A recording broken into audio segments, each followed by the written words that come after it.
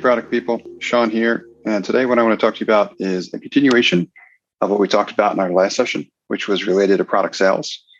But today what I want to focus on is the difference between what you may hear referred to from time to time as hunting and farming as it pertains to sales, and in this case, product sales. So these two are often used as analogies to describe two particular type of processes that you'll be investing in while you're building your product company. So hunting is often associated with sales or something that you're doing kind of proactively to find leads and convert prospects into paying customers. Farming, on the other hand, is more related to marketing. And those are activities you may be investing in, whether directly or indirectly, that is expected to bring prospects to you so that you can respond to them reactively. So both have their respective kind of pros and cons or advantages and disadvantages. And those are important throughout the phase of building your product company. I want to cover both of those for you in this episode. So that's what I'll talk a little bit more about. Previously, what I've been talking about is how to build your product sales process. So I talked about that previously. Now I want to go into the details about both of these two and how building them to kind of complement one another can really help you accelerate your efforts in this process. Okay, so first and foremost, I want to give a little bit more background about each. So as I mentioned, hunting typically related to sales, farming typically related to marketing. And I want to go into kind of the pros and cons essentially of each related to where you might be built in the process of building your product sales. So hunting, is more of specifically designed and dedicated outreach to your target market. I talked previously about building your product sales process, which should really focus on being repeatable before it becomes scalable. The hunting element is going to help you to be able to successfully do that. And just to reiterate, making your product sales process repeatable means that as you send a specific number of prospects through your product sales process, you should be able to convert a predictable number of those into paying customers for your product. So that's what I mean about making your product sales process repeatable. Now, hunting is going to be a key element of that, especially if your product is new, because something I'll talk about more in a moment, the farming effort or related to marketing, it takes a little while to build. Hunting, on the other hand, or the sales effort is something you can do proactively at pretty much any time, regardless of whether or not you have a new website or you have a lot of brand authority or anything related to that. So this is where hunting really, its strength shines, and it's always going to play a key element to what it is that you're doing. Now, this is a proactive investment that you need to make. So you need to design the process. You need to know where to find your prospects. You need to know what type of conversations to have with them to quickly get to the problem that is bothering them the most, where they have the most pain, so that you can eventually start talking about how your solution may fit for solving essentially what is their top problem. That's part of the idea here. So the hunting element, an investment there will help you in a number of different ways, but what you're going to use it for initially is this discovery and building your product sales process to be repeatable. So that's why I want to mention that one first. Now, the challenge with the hunting element, or I should say a potential disadvantage here, is that this potential success that it can have is heavily dependent on your product sales process. So if you don't have one and you haven't achieved repeatability first, it's not going to lead to the kind of results that you're looking for. So any wins that you experience may be inconsistent or few and far between, and you don't want that, because ultimately that's not going to help you scale, which is the next step in building an effective product sales process. So if you haven't been able to achieve repeatability with product sales process yet, you're not going to be able to achieve scalability with it either. And that's an important element to mention. So you need to build your product sales process to be effective and repeatable. And your hunting effort is not going to produce the kind of ROI you're looking for or help you make the kind of progress that you're looking for unless it's repeatable and it's essentially validated your product sales process as effective as part of that stage. So before we move on and start talking about kind of the farming element or the marketing effort, I want to share a tip with you based on some experience that I have and feedback that I get from the folks that I work with on a regular basis. And that's to watch out for lead generation services that make big promises, but often fall flat. There's a lot of folks out there that have some experience with these. They sound it's very enticing value proposition in terms of for X amount of dollars per month, we will get you however many guaranteed number of leads or paying customers or whatever. What I'm telling you is that they can't promise you that. I have, and I'm speaking from experience because I've sampled them myself, sorry. As part of the experimentation that I've done, testing these lead generation services, I've, studied what it is that they're promising, and I've measured the results, and the results typically are not there. So, what they're doing is they're trying to promise you what you think you really need, and that's more paying customers.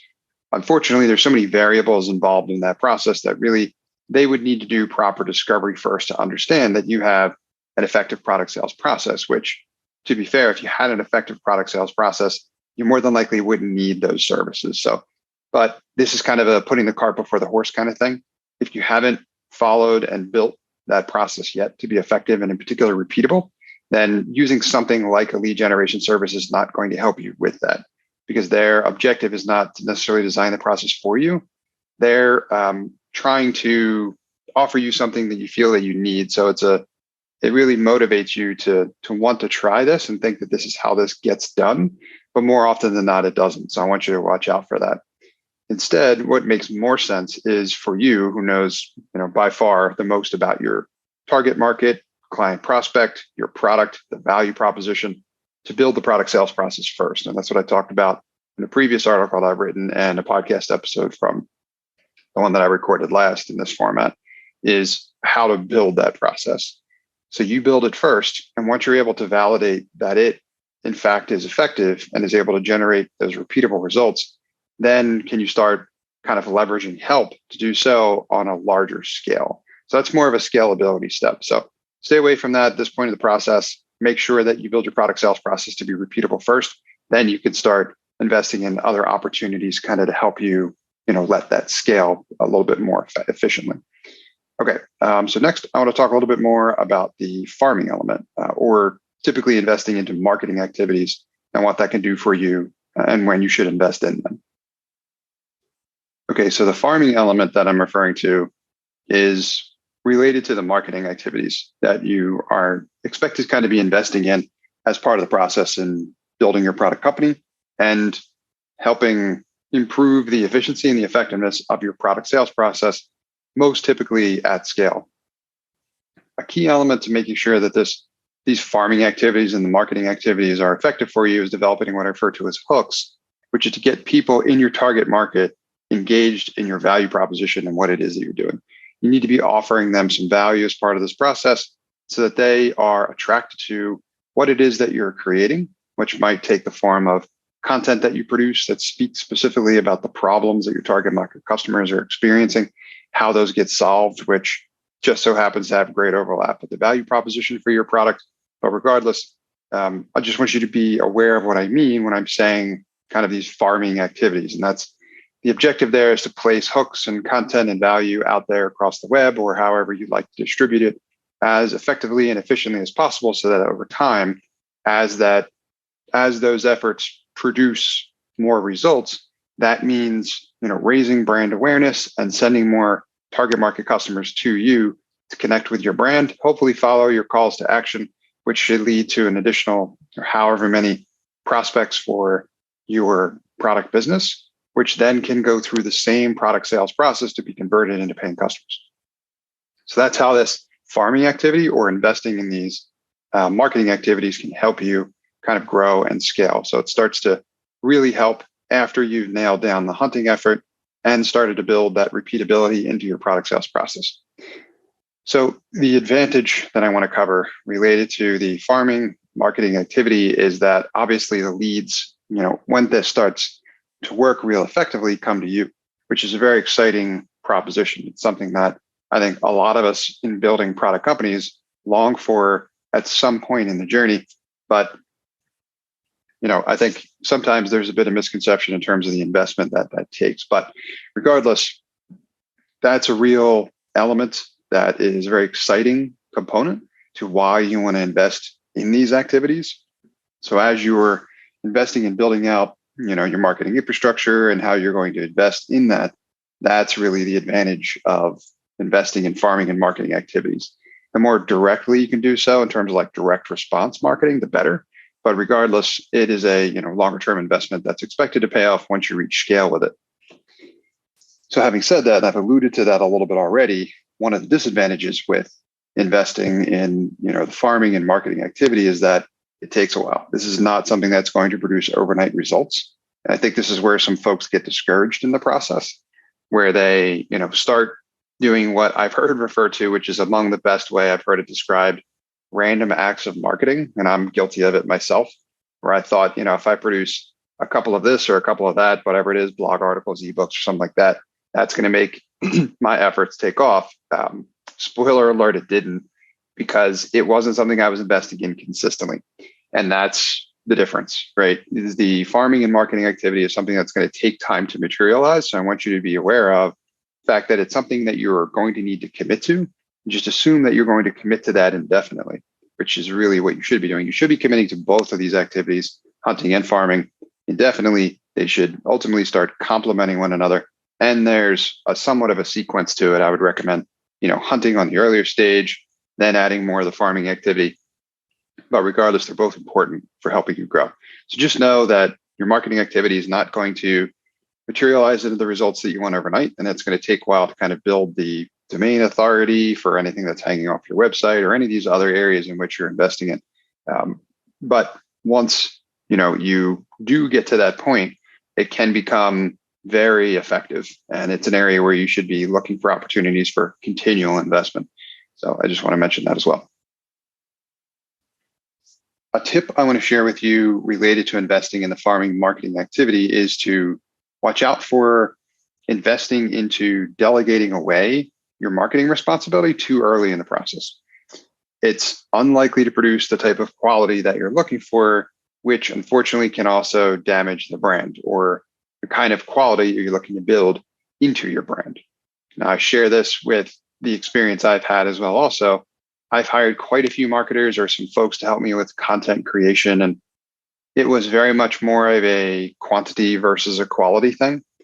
It's very difficult to kind of delegate away or have someone else capture your voice.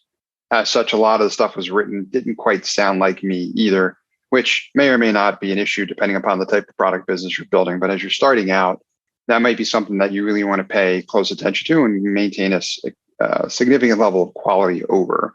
But beyond that, you again, just like hunting in the beginning and lead generation services, when it comes to creating great, marketing content, no one's going to know more about the space than you will, right? You might be able to find some content writers that have experience in the space, but your value proposition, your positioning, all those things are going to be unique elements that they're going to have to learn in order to start producing quality content to the extent that you are looking for. So, on the earlier side, I also recommend you do much of this activity yourself. And again, build it into a process, which is something I'm going to talk more about in the future, because this is an important element I'm getting a lot of questions about also, because that way it is something that is sustainable. Right? You need to build it in the form of having the infrastructure to support it. That way you don't fall into that random acts of marketing trap, which is something I've fallen into several times where investing in marketing, I stop because I get busy. Now I have to start all over again.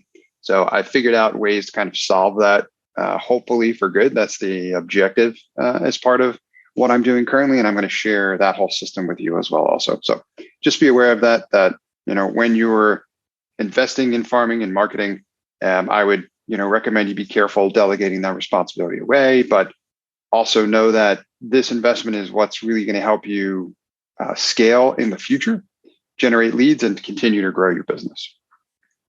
All right. So I want to talk to you about, there's a lot of content out there that talks about, the different pros and cons of each and when to invest in either or which one do you pick, essentially. I don't believe it's a choosing, one or the other type thing. It's something you should be consistently investing in both, in my opinion. So I invest in both, and I encourage you to do so as well too, related to how much capacity that you have.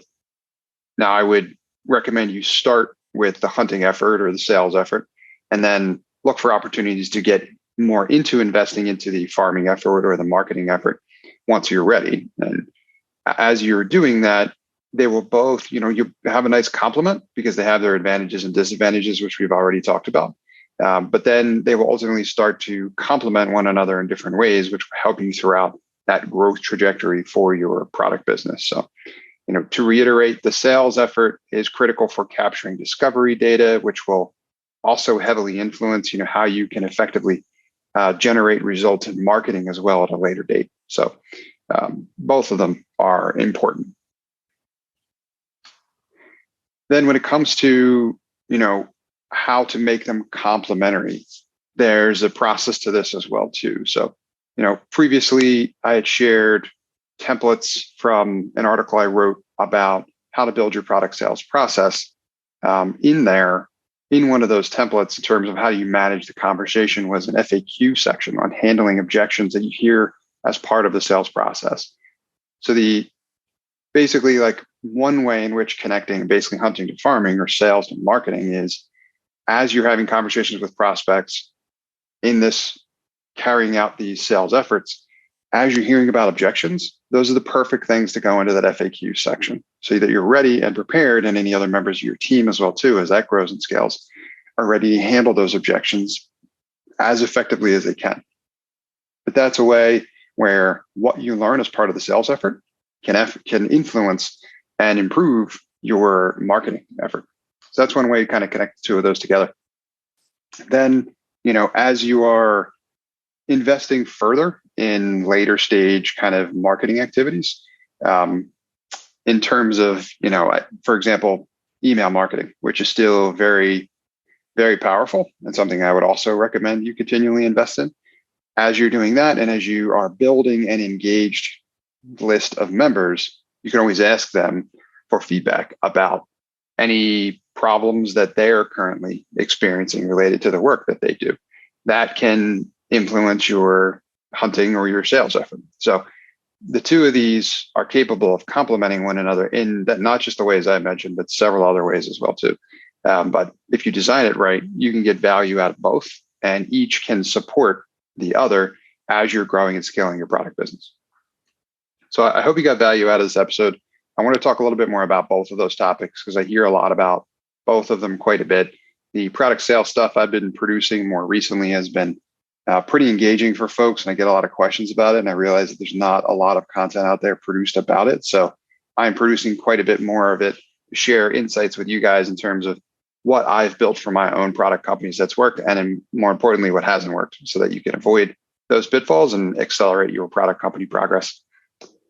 In terms of getting started here, I've built some additional templates as part of this process that I mentioned previously. So my product sales process templates you can gain access to. I'll put a link in the show notes for the episode, but it's also available on the blog. Access the article that I wrote related to building your sales process. And then if you punch in your email, they'll get automatically sent to you for free. In there, you'll get two different assets. One is a flowchart map in terms of how to design out basically an ideal conversation with your client prospect for your product. That will help you get a better understanding and, what problems that you need to address, so you can map those out there, how to handle them, which directions the conversations may go, and then ultimately some of the terminating elements in terms of what next steps might look like if there are some. So I've created not just a template for you to fill out for your product company, but I've shared with you an example from one of my product companies, Podcast Chef. We can kind of go and learn how I built that for that particular company. So you can see an example as well also. The other guide that's in there is a guide on how to manage essentially the conversation. So as you get to those different junctures throughout managing that sales conversation, it gives you some examples of what to say. And typically what I say when, what I say or what my team says, I should say at this point, in managing a conversation with a prospect for Podcast Chef, which is one of my product companies. So in there, it's got examples of dialogue, descriptions for each of the steps, an FAQ section, like I mentioned previously, among a few other things. So leverage that as well too, and build both of those guides so that you can get started and really supercharge your product sales process efforts, make it easier to sell your product and standardize around a process that you can then focus on making repeatable and then scalable next. So get a copy of those in order to get started. And if you have any other questions about this stuff, feel free to reach out to me on LinkedIn or email me at sean@nextstep.io to learn more about what I may be able to do to help you out. And that's Sean, SEAN, at NxtStep.io. And then also via my website or any of the blog articles, you can access my daily email list where I'm writing to you every day now about different types of product strategy tips and sharing insights with what I'm seeing out there in the wild.